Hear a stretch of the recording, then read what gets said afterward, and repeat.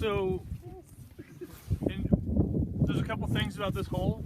I'll just go quick through it rather than having a big group discussion, but notice how there's no throw mound, right? So that wasn't an animal from the outside digging a hole and bringing dirt out. It was something that was underneath. What were thoughts on the species? The pocket gopher. It's a pocket gopher hole, and it probably collapsed at some point. It might have even been plugged, and the plug collapsed. But yeah, there's no throw mound, nothing. So this is what the other side of it looks like? Because usually you get that big mound. Yeah, when they push up. Yeah, sometimes. But oftentimes when they're feeding and when they make little holes, they look around and stuff. They don't push a big mound up. It just collapses in. I mean, those big mounds are where they're pushing a lot of dirt and stuff when they're cleaning out their tunnels and stuff. But this is not. This is just poking up, and it might have even been a spot where they came up and they were feeding on a plant or something like that.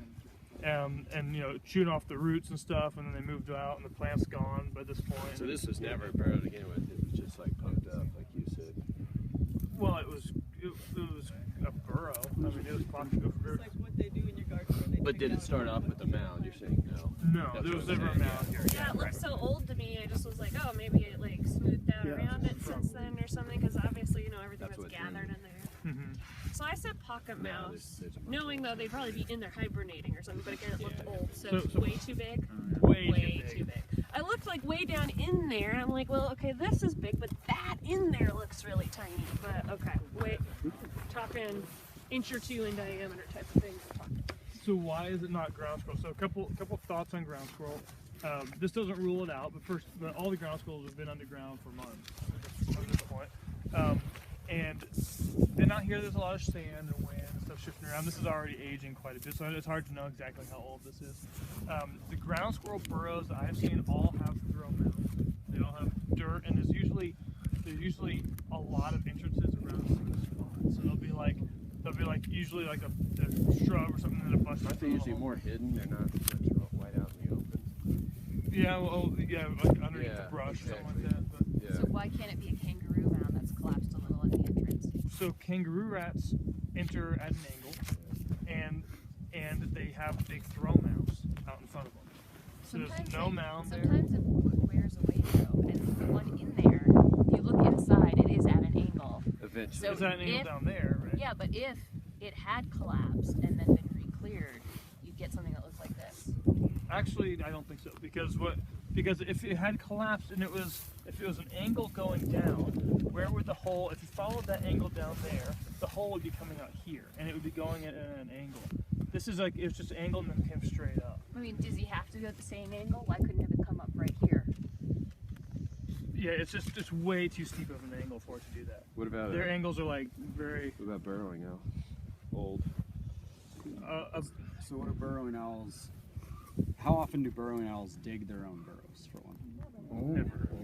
Actually, I just wrote about this. And on occasion, where other mammal burrows are lacking, they actually can scrap out some burrows.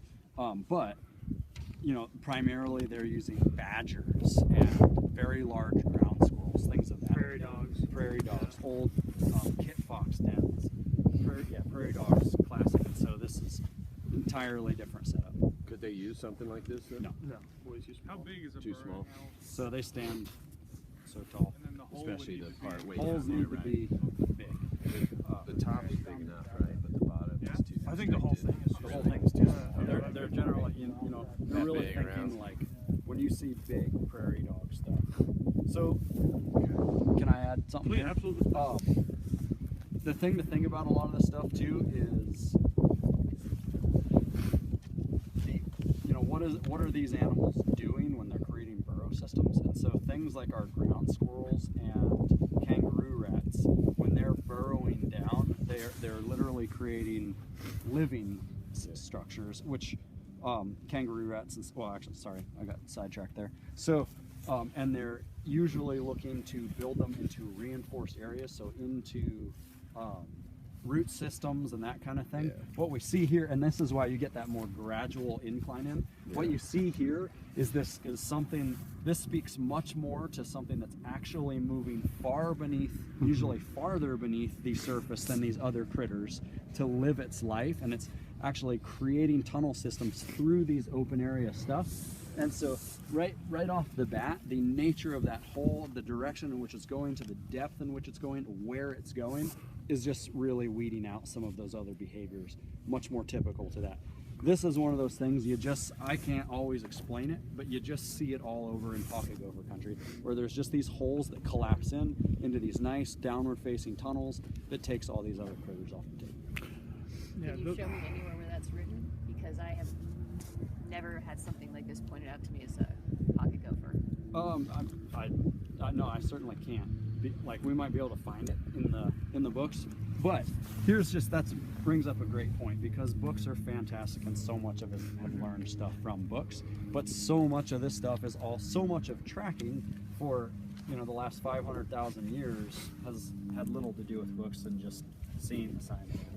And so, as a takeaway from all of us, this is very common for pocket gopher sign, and knowing about the other animals working within these ecological systems, it's just different.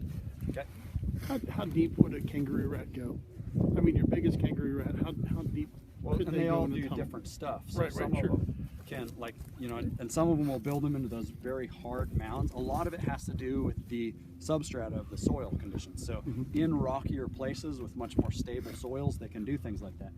Out here where it's so sandy, that's where you get a lot of preference for root systems, because you need that stability. And so I couldn't tell you. I wouldn't think they'd go too deep. I mean, what would be the purpose? But I mean, a lot of kangaroo rats will have multiple burrows, though. They'll be like several all over the place. Right. Are they connected or? No? Not always, no. I don't think very often. But again, the lack of a throw mound here is really significant, and also the other thing I'll say is, I have never seen a throw mound like from a burrow just blow away. That just doesn't. I mean, it might blow some, but we would have a mound here, and maybe it blew a little bit somewhere like that. But it's not just going to blow away and be perfectly flat and smooth and leave no evidence. So what did he do with this dirt? Did he just collapse it in after him? Because Yeah, so he had where'd it go? Yeah, so he had a tunnel in there, and he was probably coming up, digging up, pulling dirt down as he went up to get access to whatever, a root or whatever. But it collapsed. So that lack of throw mound is a big. That should be an alarm bell in your head when you find this, and you're like, "What is going on here?" Because kangaroo rats, again, I also think it's about their physiology. They like to be on their hind feet, bouncing around, like to be upright. They don't want to be climbing with all fours, getting down into a hole. They want to go in at a nice gradual angle. And that's a great point too. With that, of all these critters that are moving dirt out here, pocket gophers are the only ones that will actually transport earth. So, when you've got all the eskers and snow country and stuff, they're literally building these huge tunnels through snow systems, dirt into and then building tunnels, and they don't have anywhere else to put it as typical to their normal things. And they could do that underground too, into things where they're actually removing that you just don't get with other animals moving dirt. Because you've got piles here and there as well too. Yeah. And now chipmunks are an example of a species that will hide the dirt out of their mound, right? They'll actually dig a hole in, and they'll just carry the dirt off and hide it as they do that. Yeah, so you'll have holes that go straight down. That was a question I missed on an eval. why would they be hiding? This is a chipmunk, desert chipmunk. I've seen Great, let's throw gophers it come out. out of a hole exactly like that and pull down a tomato plant in my garden. Full Bugs Bunny style. Well, I've watched imagine plants they that go like this. had plenty of Like, chances. Yeah, sure. That's the purpose of the chipmunk spread. I just want to keep fighting you, but I'm so No, it's tired. good. Yeah. Because their holes are just